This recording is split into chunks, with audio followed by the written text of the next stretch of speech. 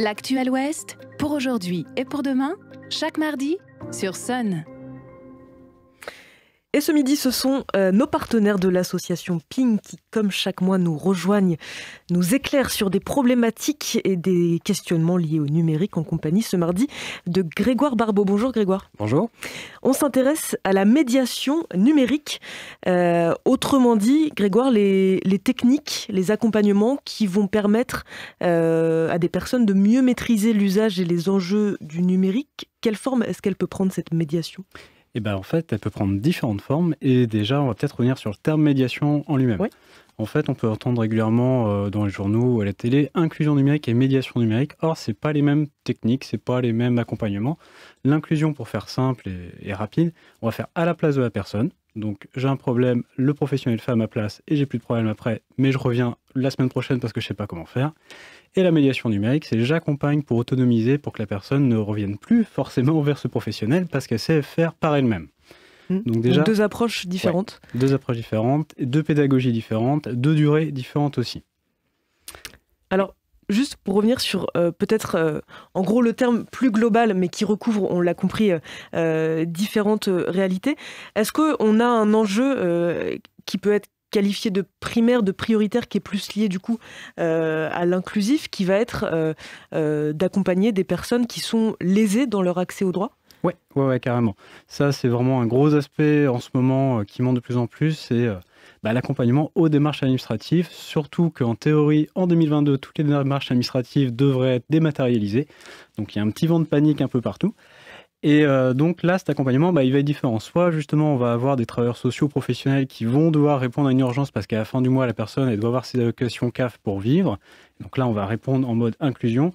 Soit on va avoir des professionnels qui vont accompagner sur « Ok, là, tu cliques ici. Là, tu t'es créé un compte. Là, tu notes ton mot de passe pour revenir la fois d'après. » Donc en fait, même sur cet aspect administratif, c'est très large. Il y a différentes approches, différents professionnels aussi qui vont se mobiliser là-dessus.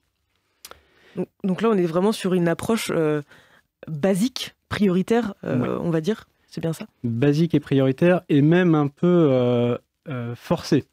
Et c'est là où la médiation numérique peut offrir aussi un souffle nouveau, c'est-à-dire qu'il y a plein d'autres aspects à la médiation numérique autres que la pression administrative. Et c'est-à-dire quand on apprend à quelqu'un à créer un compte, à se connecter sur son espace CAF, on lui apprend aussi des techniques qui peuvent lui permettre d'aller vers autre chose, d'aller vers justement l'acquisition de connaissances liées à la culture numérique. Une fois qu'elle a créé son compte, elle sait comment ça fonctionne, elle sait où taper et elle peut aller, je sais pas, sur YouTube pour avoir les paroles de la javanaise parce que c'était sa chanson de quand elle était jeune, par exemple.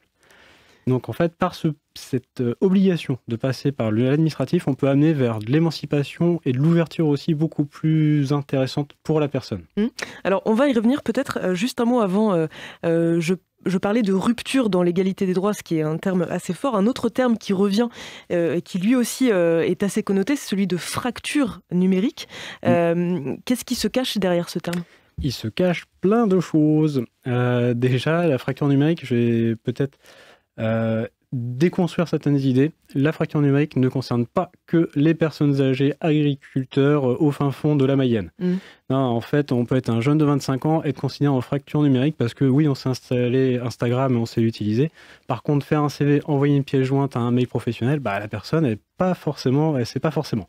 Donc déjà, on casse les idées reçues sur la fracture numérique. Tout le monde peut être concerné.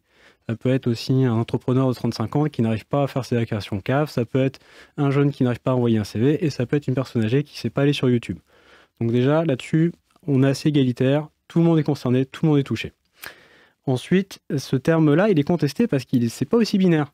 Et typiquement, on peut avoir un ingénieur système réseau qui ne sait pas non plus faire ses déclarations CAF, parce que c'est pas le même métier, c'est pas la même compétence. Et donc, on parle plus de spectre diffus de la fracture numérique ou des difficultés numériques que vraiment, soit tu sais, soit tu ne sais pas.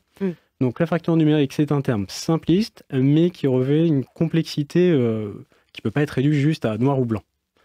Alors justement, parlant de réduction, on parlait de ces accompagnements vers des usages et des besoins primaires. Ça va donc bien au-delà, vous nous le disiez.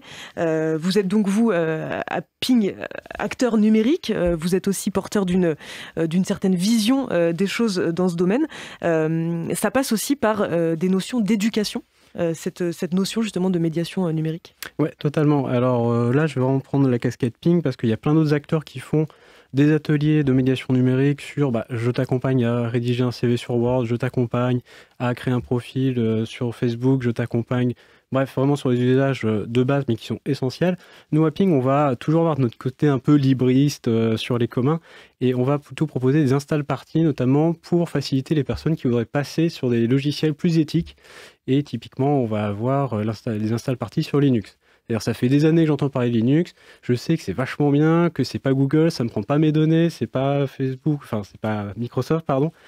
Et pourtant, j'ai du mal. Donc, tu viens à Ping, on a une salle partie et on t'explique pas à pas comment tu le mets sur ta machine et comment tu vas, en plus de côté éthique, pouvoir allonger la durée de vie de ta machine de 10 ans parce que c'est beaucoup moins consommateur d'énergie, tu n'auras pas des mises à jour en permanence, etc., etc. Donc notre but, c'est vraiment aussi de faciliter l'accès aux alternatives des GAFAM et des BATX sur ce sujet-là. Alors, je renvoie d'ailleurs à notre dernier rendez-vous Ping, qui était au mois dernier avec Meven, où on a parlé justement de ces outils libres open source qui étaient utilisables et qui cachaient derrière tout ça une vision un peu durable, éthique du numérique. Ça rejoint du coup tous ces questionnements. Mais totalement. Et là, vu qu'on parle de médiation et donc d'acculturation, d'accompagnement, il y a un enjeu très fort aussi pour les professionnels de la médiation numérique, parce qu'ils existent, ils sont plein de statuts différents, mais il y a des gens qui font de leur métier ça, justement, d'accompagner. Il y a un enjeu aussi de sensibilisation aux enjeux liés au numérique. Donc, il y en a qui sont mis sur le devant de la scène, qui sont assez connus, captation des données. Où vont les données une fois que j'utilise le service? Est-ce que c'est revendu à des acteurs privés? Est-ce que c'est revendu à des commerçants pour me faire un peu cibler, etc. Il y a aussi toutes les dérives autour du travail du clic, où on va avoir des statuts précaires pour les plateformes de streaming pour noter mieux une chanson et donc biaiser l'algorithme par des humains. Mais on parle aussi de l'empreinte écologique que ça peut avoir sur l'extraction des métaux rares pour la construction des machines numériques. Donc la médiation numérique, c'est un accompagnement aux usages numériques, mais aussi justement une sensibilisation à tout ce qu'il y a derrière, l'aspect environnemental, mais aussi l'aspect politique au sens large du terme. Un outil a un impact dans notre société, et donc quel outil je veux utiliser pour quel impact je veux laisser. C'est très clair et on comprend bien que ce terme recouvre différentes réalités et qu'on ne se cantonne pas, on va dire, à un accompagnement plutôt basique sur ces questions de médiation numérique, notamment du côté de Ping. Merci beaucoup Grégoire Barbeau. Je vous en prie. Et au mois prochain. À bientôt. Pour aujourd'hui et pour demain, en replay et en vidéo sur myson et lesonunique.com.